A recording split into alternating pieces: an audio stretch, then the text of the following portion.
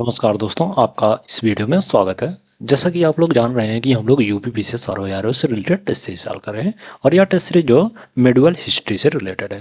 और इस test series से हम लोगों ने 100 क्वेश्चन जो कर लिए हैं। अब नेक्स्ट 50 क्वेश्चन हम लोग इस टेस्ट सीरीज से सॉल्व करेंगे और इस टेस्ट सीरीज को जो कंप्लीट करेंगे। और इस टेस्ट सीरीज में जो करंट अफेयर भी दिया गया है, जनवरी का करंट अफेयर है। तो चलिए टाइम को बिना वेस्ट किए आगे बढ़ते हैं। यदि अभी तक चैनल को सब्सक्राइब नहीं किए हैं तो चैनल को सब्सक्राइब कर लीजिए, क्योंकि बहुत ही अच्छे अच्छे कंटेंट जो है वो ऑन द वे हैं इस प्लेटफॉर्म पे। और इस वीडियो के पीडीएफ के लिए टेलीग्राम या व्हाट्सएप ग्रुप को ज्वाइन कर लीजिए, जो कि लिंक डिस्क्रिप्शन में दे दिया गया है। तो चलिए स्टार्ट करते हैं। पहला क्वेश्चन आपके स्क्रीन पे है इस वीडियो का। मुगल चित्रशाला के संबंध में निम्नलिखित कथनों पर विचार कीजिए। पहला कथन है, मुगल चित्रशाला में जो सबसे पहली अत्यंत महत्वपूर्ण कृति देखने में आई है वह है दास्तान अमीर हमजा। और दूसरा कथन है, मुगल चित्रशाला जो दास्तान अमीर हमजा हमजा नामा के नाम से अधिक प्रसिद्ध है। और तीसरा कथन है, हमजा नामा का उल्लेख जो अब्दुल फजल बदायूनी और शाहनवाज खान ने भी किया है। उपयुक्त कथनों में से कौन सा कथन जो सत्य है? मुगल चित्रशाला में जो सबसे पहली अत्यंत महत्वपूर्ण कृति देखने में आई है वह दास्तान अमीर हमजा है। और दास्तान अमीर हमजा जो है वो हमजा नामा के नाम से अधिक प्रसिद्ध है। और यह एक दुर्लभ पांडुलिपि के रूप में जो उपलब्ध है। इसमें करीब जो 1200 चित्र हैं। हमजा नामा का उल्लेख जो अब्दुल फजल बदायूनी और शाहनवाज खान ने भी किया है। तो इसमें सभी कथन जो मुगल चित्रशाला के संबंध में सही है। तो इसमें जो ऑप्शन डी है वो सही हो जाएगा। नेक्स्ट क्वेश्चन है, अमीर खुसरो के संबंध में निम्नलिखित कथनों पर विचार कीजिए। पहला कथन है, अमीर खुसरो को जो भारतीय संगीत में अनेक फारसी एवं अरबी तत्वों के समावेश का श्रेय दिया जाता है। और दूसरा कथन है, अमीर खुसरो ने कव्वाली और तराना जैसे गायकी के नए रूपों का जो संकलन किया है। और तीसरा कथन है, अमीर खुसरो को जो है तोता ए हिंद के नाम से जाना जाता है। उपयुक्त कथनों में से कौन सा कथन जो सत्य है?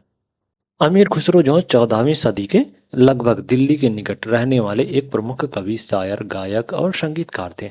अमीर खुसरो को जो भारतीय संगीत में अपने फारसी और अरबी तत्वों के समावेश का जो श्रेय दिया जाता है। और अमीर खुसरो ने कव्वाली और तराना जैसे गायकी के नए रूपों का जो संकलन किया है। खुसरो से लेकर मुगल काल तक जो भारतीय राजाओं के दरबार में भारतीय संगीत के साथ साथ जो विदेशी संगीत, विशेष रूप से ईरानी संगीत सुना जाता था। इसका परिणाम यह हुआ कि भारतीय संगीत में जो परिवर्तन तो हुआ, किंतु स्वरूप वही बना रहा। खुसरो को जो सितार और तबले के आविष्कार का श्रेय भी दिया जाता है। और अमीर खुसरो को जो तोता ए हिंद के नाम से भी जाना जाता है। तो इसमें सभी कथन जो है वो अमीर खुसरो के संबंध में सही है। तो इसमें जो ऑप्शन डी है वो सही हो जाएगा।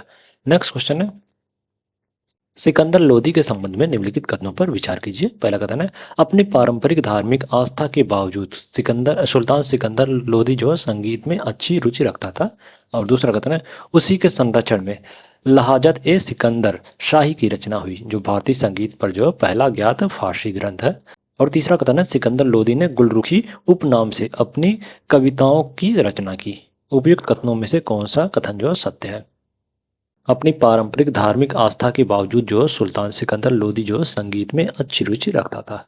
और उसी के संरक्षण में जो लहाजत ए सिकंदरी शाही की जो रचना हुई, जो भारतीय संगीत पर जो पहला ज्ञात फारसी ग्रंथ है। और सिकंदर लोदी ने जो गुलरुखी उपनाम से जो अपनी कविताओं की रचना की है।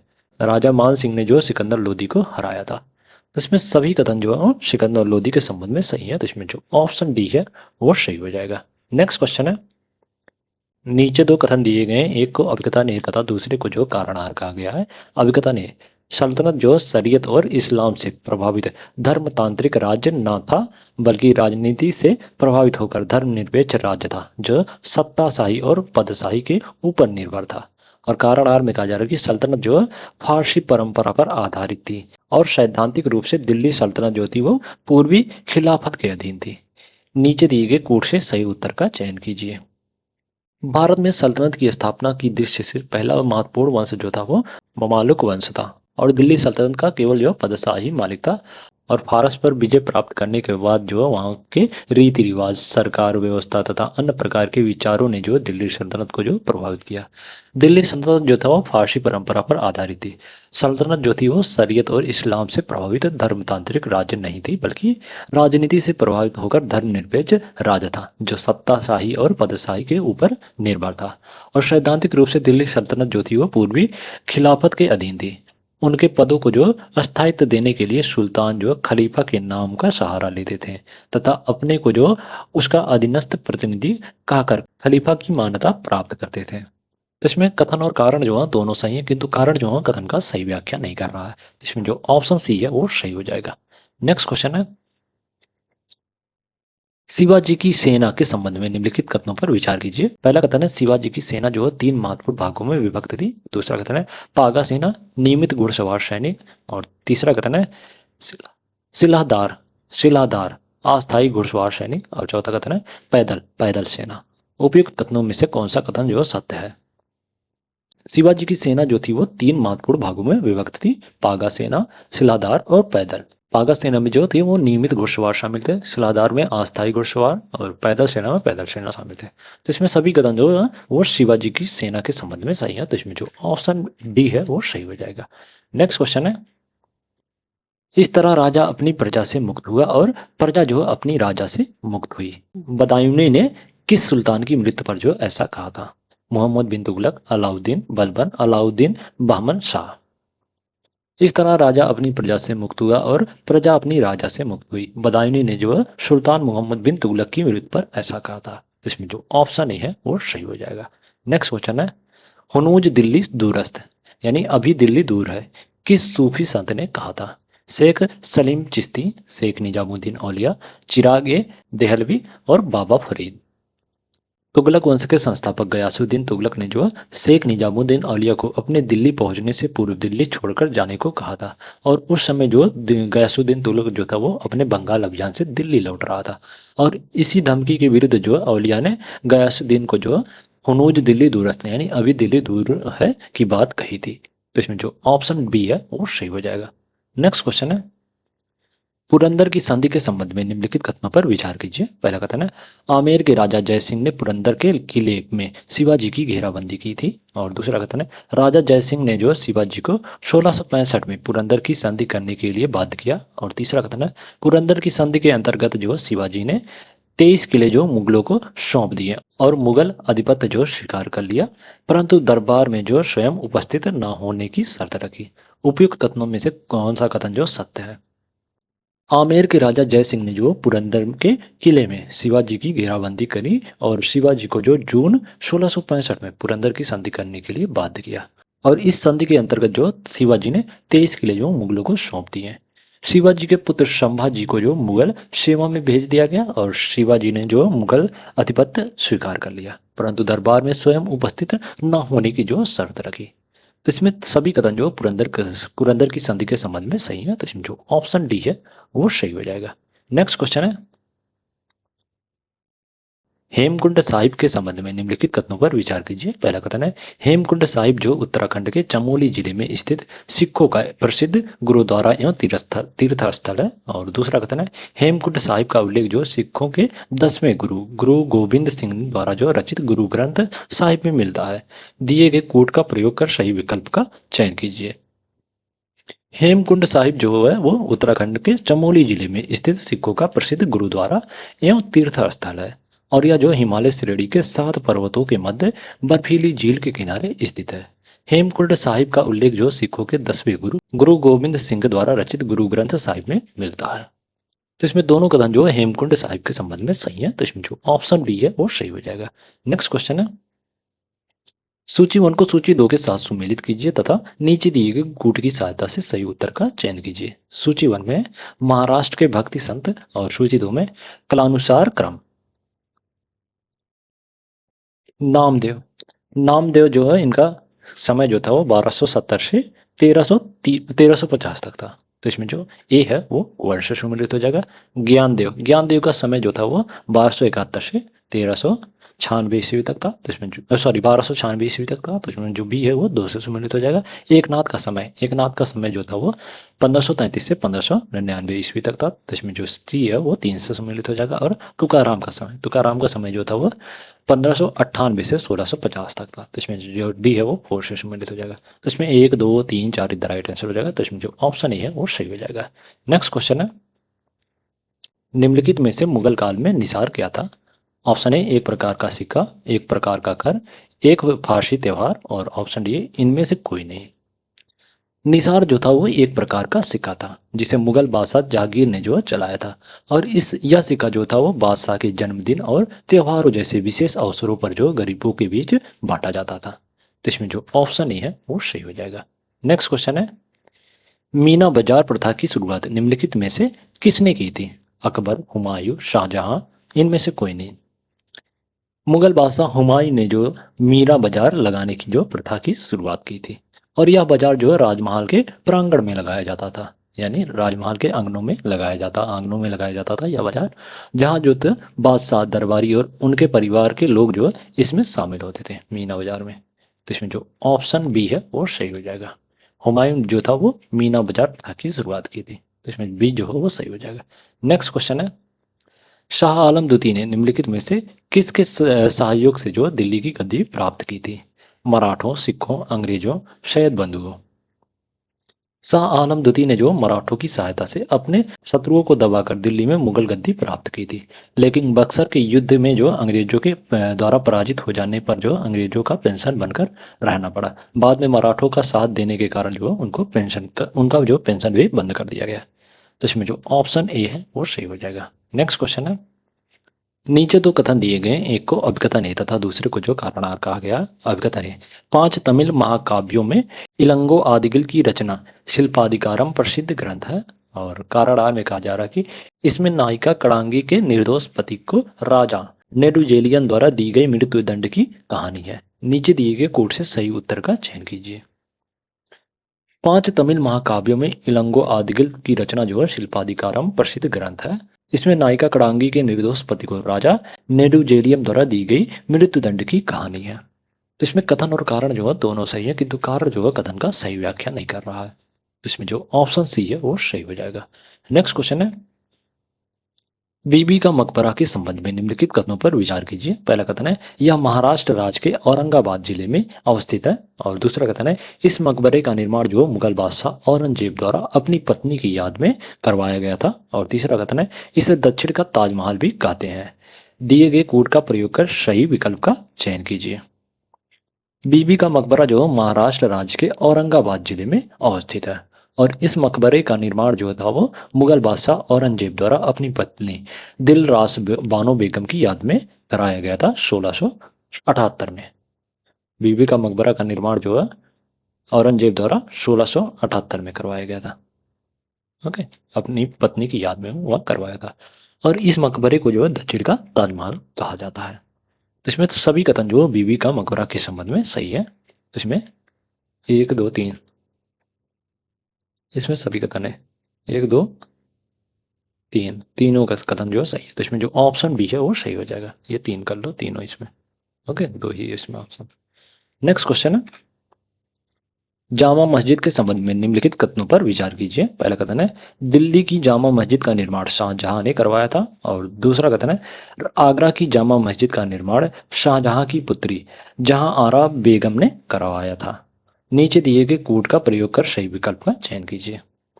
दिल्ली की जामा मस्जिद का निर्माण जो था वो शाहजहां ने 1648 में दिल्ली की जामा मस्जिद का निर्माण जो है इसका निर्माण शाहजहां ने जो 1648 में करवाया था। और वहीं आगरा में जामा मस्जिद का निर्माण जो था वो शाहजहां की पुत्री जहां आरा बेगम ने जो है ये भी 1648 में इन्होंने भी करवाया था, 1648 में।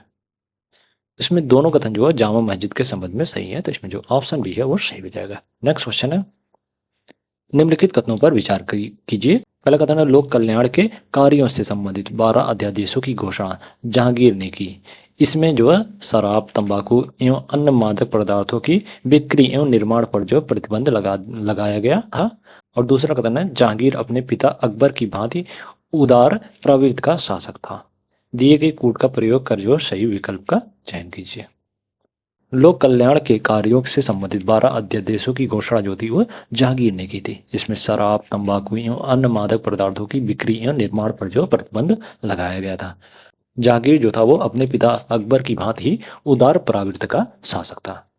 बादशाह बनने के बाद जहांगीर ने न्याय की जंजीर जो है वो आगरा में जो है यमुना नदी के तट पर लगवाया था। तो इसमें दोनों कथन जो था वो सही है। तो इसमें जो ऑप्शन बी है वो सही हो जाएगा। नेक्स्ट क्वेश्चन है, उदयपुर के संबंध में निम्नलिखित कथनों पर विचार कीजिए। पहला कथन है, चोलों की राजनीतिक, व्यापारिक या सांस्कृतिक सत्ता का केंद्र जो था वो उदयपुर नगर था। और दूसरा कथन है, यह अपने विदेश व्यापार में सूती वस्त्र को जो लेकर काफी प्रसिद्ध था। दिए गए कोड का प्रयोग कर सही विकल्प का चयन कीजिए। चोलों की राजनीतिक, व्यापारिक और सांस्कृतिक सत्ता का केंद्र जो था वो उदयपुर नगर था। और यह जो अपने विदेश व्यापार में सूती वस्त्र को लेकर जो काफी प्रसिद्ध था। तो इसमें दोनों कथन जो सही है उदयपुर के संबंध में। तो इसमें जो ऑप्शन बी है वो सही हो जाएगा। नेक्स्ट क्वेश्चन है, निम्नलिखित में से मुगलों का कब्रिस्तान किसे कहा जाता है? हुमायूं के मकबरे को, बाबर के मकबरे को, शाहजहां के मकबरे को, और ऑप्शन डी उपयुक्त में से कोई नहीं। दिल्ली स्थित हुमायूं के मकबरे को जो मुगलों का जो कब्रिस्तान कहा जाता है, क्योंकि इस मकबरे में मुगल परिवार के सदस्यों की जो कब्रें हैं। इसमें हुमायूं, दारा शिकोह और जहांगीर शाह, फर्रुखी और आलमगीर द्वितीय की कब्रें जो प्रमुख है। और इस मकबरे का निर्माण जो था, हुमायूं के मकबरे का निर्माण जो था वो हुमायूं की पत्नी हिमादी बानो बेगम के आदेश पर 1562 में कराया गया था। ओके। और इसे जो 1993 में जो यूनेस्को द्वारा विश्व धरोहर स्थल घोषित कर दिया गया है। तो इसमें जो ऑप्शन है वो सही हो जाएगा। नेक्स्ट क्वेश्चन है, वल्लभाचार्य के संबंध में निम्नलिखित कथनों पर विचार कीजिए। पहला कथन है, वल्लभाचार्य ने अद्वैतवाद का प्रतिपादन किया। और दूसरा कथन है, इन्होंने कृष्णदेव राय के शासनकाल में विजयनगर में वैष्णव संप्रदाय की स्थापना की। और तीसरा कथन है, इनका जन्म जो वाराणसी में हुआ था। उपयुक्त कथनों में से कौन सा कथन जो सत्य है? वल्लभाचार्य ने जो अद्वैतवाद का प्रतिपादन किया और इन्होंने जो कृष्णदेव राय के शासनकाल में विजयनगर में वैष्णव संप्रदाय की स्थापना की और श्रीनाथ जी के रूप में जो कृष्ण भक्ति पर बल दिया। सुबोधनी व सिद्धांत रहस्य जो थे वो उनके महत्वपूर्ण धार्मिक ग्रंथ थे। और वल्लभाचार्य का जन्म जो 1479 ईस्वी में वाराणसी में हुआ है। वल्लभाचार्य को जो अष्टछाप का प्रवर्तक माना जाता है। इनका जन्म जो वाराणसी वाराणसी में जो 1479 में हुआ है। इसमें सभी कथन जो वल्लभाचार्य के संबंध में सही है। तो इसमें जो ऑप्शन डी है वो सही हो जाएगा। नेक्स्ट क्वेश्चन, सूची 1 को सूची 2 के साथ सही ढंग से मिलान करें और नीचे दिए गए कोड की सहायता से सही उत्तर का चयन करें। सूची 1 में महत्वपूर्ण निर्माण और सूची 2 में निर्माणकर्ता। बदायूं की जामा मस्जिद। बदायूं की जामा मस्जिद का निर्माण जो था वो इल्तुतमिश ने करवाया था। तो इसमें जो ए है वो 1 से सम्मिलित हो जाएगा। आगरा की स्थापना। आगरा की स्थापना जो था वो सिकंदर लोदी ने 1506 ईस्वी में किया था। इसमें जो बी है वो 2 से सम्मिलित हो जाएगा। जौनपुर का लाल दरवाजा। जौनपुर का लाल दरवाजा या जामा मस्जिद का निर्माण जो था वो हुसैन शाह सरकी ने करवाया था। इसमें जो सी है वो 3 से सम्मिलित हो जाएगा। और जौनपुर की स्थापना जो फिरोज शाह तुगलक ने किया था। आगरा दीवान ए खास। आगरा दीवान ए खास का निर्माण जो शाहजहां ने करवाया था। तो इसमें जो डी है वो 4 से सम्मिलित हो जाएगा। इसमें 1 2 3 4 इधर राइट आंसर हो जाएगा। तो इसमें जो ऑप्शन ए है वो सही हो जाएगा। नेक्स्ट क्वेश्चन है, उत्तर प्रदेश में बाबर के संबंध में निम्नलिखित कथनों पर विचार कीजिए। पहला कथन है, बाबर को जो अपने प्रारंभिक दिनों में ही गंगा घाटी, संभल, जौनपुर, गाजीपुर और कन्नौज में अफगानों से प्रतिरोध मिला। और दूसरा कथन है, अफगानों को समाप्त करने के उद्देश्य से 1529 में बाबर ने मोहम्मद लोदी और नुसरत शाह को जो घग्गर के तट पर हराया था। दिए गए कोड का प्रयोग कर सही विकल्प का चयन कीजिए। बाबर ने जो 1526 ईस्वी में दिल्ली सल्तनत के पतन के बाद जो मुगल साम्राज्य की स्थापना की। बाबर को जो अपने प्रारंभिक दिनों में ही गंगा घाट, संभल, जौनपुर, गाजीपुर, कलिपी, इटावा और कन्नौज में अफगानों से जो प्रतिरोध मिला। अफगानों को समाप्त करने के उद्देश्य से जो 1529 में बाबर ने जो मोहम्मद लोदी और नुसरत शाह को जो घग्गर के तट पर हराया था। इसमें दोनों कथन जो है बाबर के संबंध में सही है। तो इसमें जो ऑप्शन बी है वो सही हो जाएगा। नेक्स्ट क्वेश्चन है, निम्नलिखित में से खानवा के युद्ध में राणा सांगा को पराजित कर बाबर ने जो उत्तर प्रदेश के किन महत्वपूर्ण क्षेत्रों पर जो अधिकार किया? अवध, कन्नौज, कन्नौज फतेहपुर, अवध प्रयागराज और फतेहपुर एवं प्रयागराज। बाबर ने जो 1527 ईस्वी में खानवा के युद्ध में राणा सांगा को पराजित कर उत्तर प्रदेश के अवध और कन्नौज पर जो अधिकार कर लिया था। और 1530 ईस्वी में जो आगरा में बाबर की मृत्यु हो गई थी। तो इसमें जो ऑप्शन ए है वो सही हो जाएगा। खानवा का युद्ध जो 1527 में हुआ था। 1527 में हुआ था राणा सांगा और बाबर के मध्य। इसमें जो बाबर विजयी रहा था और राणा संघ को पराजित करने के बाद जो उत्तर प्रदेश के अवध और कन्नौज को जो इस पर अधिकार कर लिया था बाबर ने। तो इसमें जो ऑप्शन है वो सही हो जाएगा। नेक्स्ट क्वेश्चन है, निम्नलिखित में से कौन सा जो मुगल सम्राट है जिंदा पीर के नाम से प्रसिद्ध है? शाह आलम द्वितीय, शाहजहां, औरंगजेब, जहांगीर। मुगल सम्राट औरंगजेब जो था वो जिंदा पीर के नाम से भी जाना जाता था। तो इसमें जो ऑप्शन सी है वो सही हो जाएगा। नेक्स्ट क्वेश्चन है, निम्नलिखित में से जादूनाथन सरकार की पुस्तक का नाम क्या है? ऑप्शन है मुगल साम्राज्य का पतन, ऑप्शन बी है मुगल साम्राज्य का उदय, ऑप्शन सी है ए और बी दोनों, और ऑप्शन डी है उपयुक्त में से कोई नहीं। पुस्तक मुगल साम्राज्य का पतन जो है वो जादूनाथन सरकार ने लिखी है। तो इसमें जो ऑप्शन ए है वो सही हो जाएगा। और भारत का अंतिम मुगल सम्राट जो था वो बहादुर शाह द्वितीय या बहादुर शाह जफर का था। इसका शासनकाल जो था वो 1837 से 57 के मध्य था। बहादुर शाह द्वितीय या बहादुर शाह जफर का शासनकाल, और यह जो है वो भारत का जो है अंतिम मुगल सम्राट था, बहादुर शाह जफर।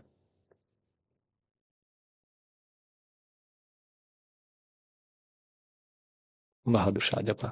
इसमें जो ऑप्शन है वो सही हो जाएगा। नेक्स्ट क्वेश्चन है, सूची 1 को सूची 2 से सुमेलित कीजिए तथा नीचे दिए गए कोड की सहायता से सही उत्तर का चयन कीजिए।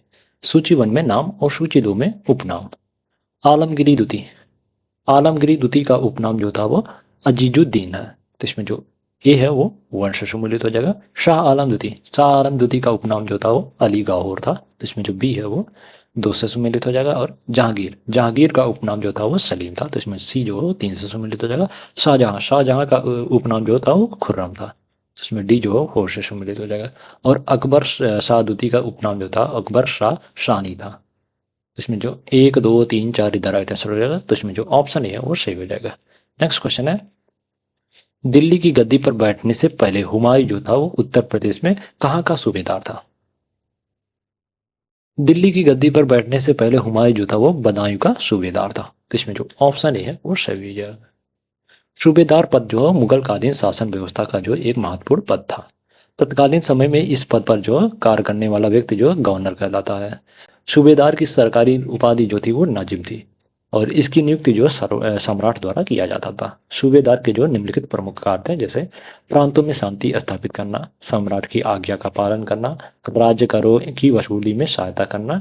इस तरह कह सकते हैं कि सूबेदार जो प्रांतों में सैनिक और असैनिक दोनों तरह के कार्यों का जो संचालन करता था। तो इसमें जो ऑप्शन है वो सही हो जाएगा। नेक्स्ट क्वेश्चन है, सूची 1 को सूची 2 से सुमेलित कीजिए तथा नीचे दिए गए कोड की सहायता से सही उत्तर का चयन कीजिए। सूची 1 में पुस्तकें और सूची 2 में लेखक। तबकात ए अकबरी।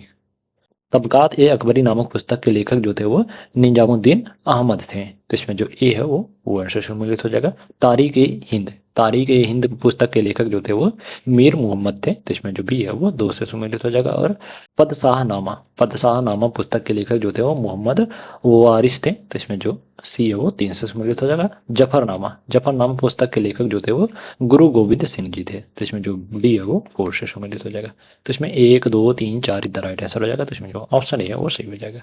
नेक्स्ट क्वेश्चन है, चक्रा स्वामी का मंदिर मध्यकाल में भारत के किस राज्य में स्थित था? मथुरा, थानेश्वर, मुल्तान, कश्मीर। थानेश्वर के पवित्र नगर को, जहां चक्रा स्वामी का मंदिर था, जीतने के उद्देश्य से जो मोहम्मद ने गजनी से प्रस्थान किया था।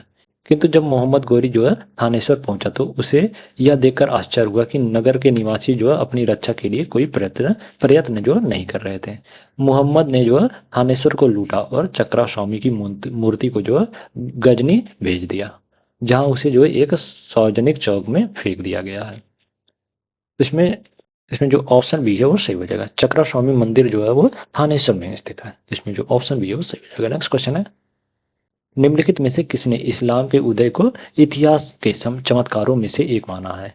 ऑप्शन है लेनपुल, ऑप्शन बी है बुलजले हेंग, ऑप्शन सी है SR शर्मा, और ऑप्शन डी है मोहम्मद हबीब। इस्लाम धर्म के प्रवर्तक जो थे वो पैगंबर मोहम्मद साहब थे, और मोहम्मद साहब जो थे वो प्राय मक्का के समीप शीरा नामक पहाड़ी पर गुफा में जो ध्यान लगाते थे। पैगंबर जो थे वो अपने अनुयायियों को मरने से पहले मृत्यु का आनंद लेने का उपदेश देते थे। और बुलजले हेंग ने जो है इस्लाम के उदय को इतिहास के चमत्कारों में से एक माना है। इसमें जो ऑप्शन बी है वो सही हो जाएगा। नेक्स्ट क्वेश्चन है, दिल्ली सल्तनत की वित्तीय नीति किस संप्रदाय द्वारा प्रस्तुत कराधान के सिद्धांत पर आधारित थी? ऑप्शन है मालक पंथी, ऑप्शन बी है शफी पंथी, ऑप्शन सी है हनबल पंथी और ऑप्शन डी है हनीफा पंथी।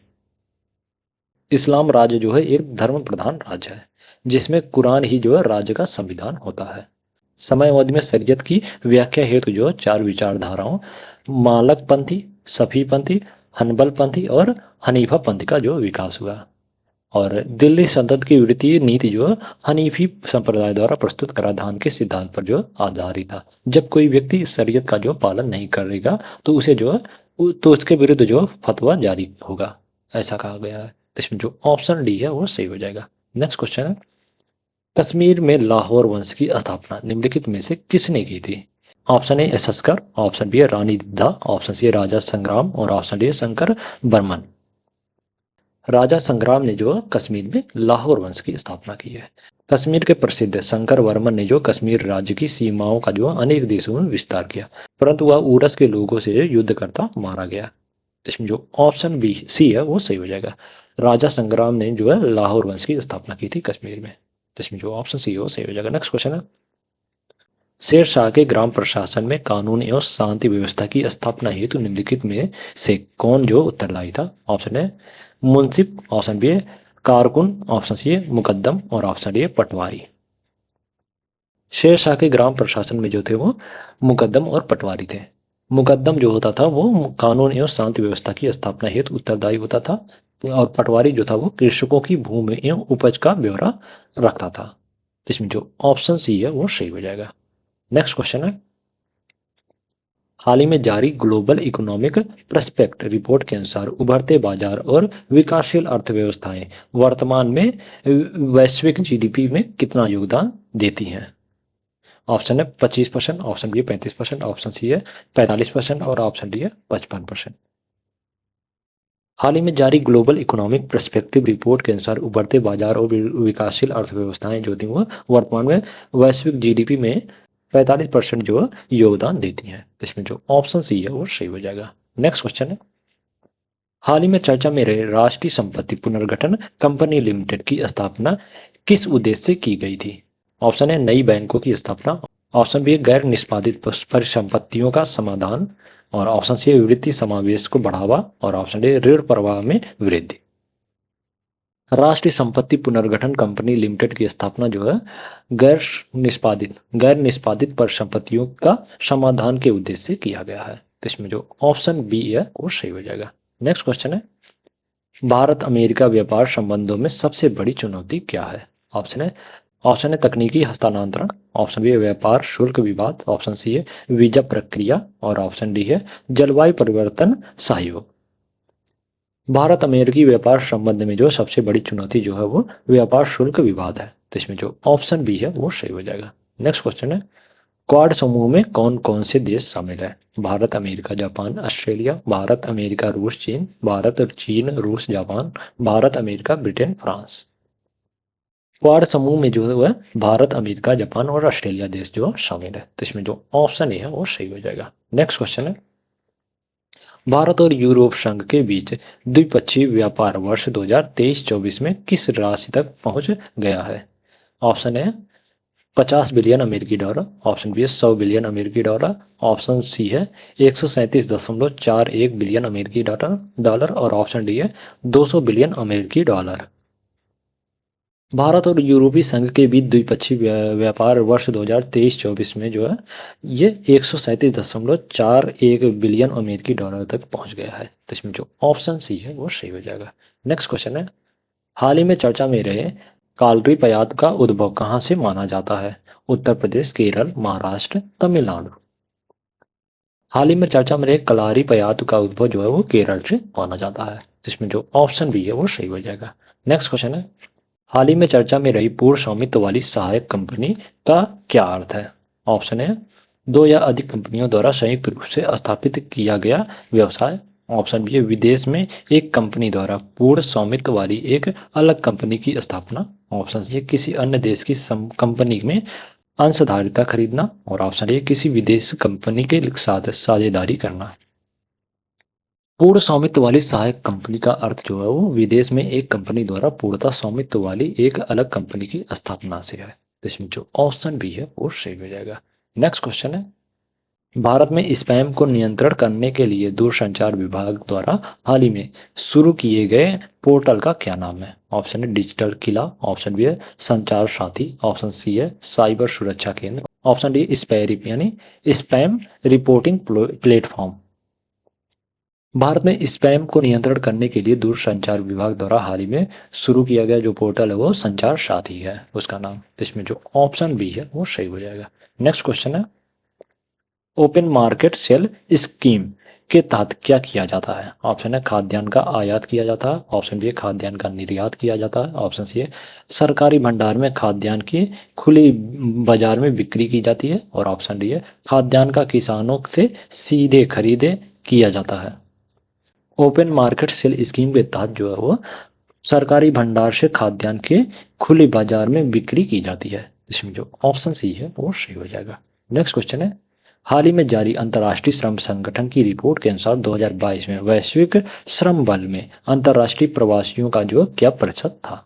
ऑप्शन है 1.7%, ऑप्शन बी है 2.7%, ऑप्शन सी है 3.7% और ऑप्शन डी है 4.7%। हाल ही में जारी अंतर्राष्ट्रीय श्रम संगठन की रिपोर्ट के अनुसार 2022 में वैश्विक श्रम बल में अंतर्राष्ट्रीय प्रवासियों का जो प्रतिशत था वो 4.7% था। तो इसमें जो ऑप्शन डी है वो सही हो जाएगा। तो आज के लिए इतना ही। अगले नेक्स्ट वीडियो में हम लोग नेक्स्ट टेस्ट सीरीज लेके आएंगे। अगर वीडियो अच्छी लगी हो तो वीडियो को लाइक कर दीजिए और इसी प्रकार के वीडियो के लिए चैनल को सब्सक्राइब कर लीजिए। Thank you so much.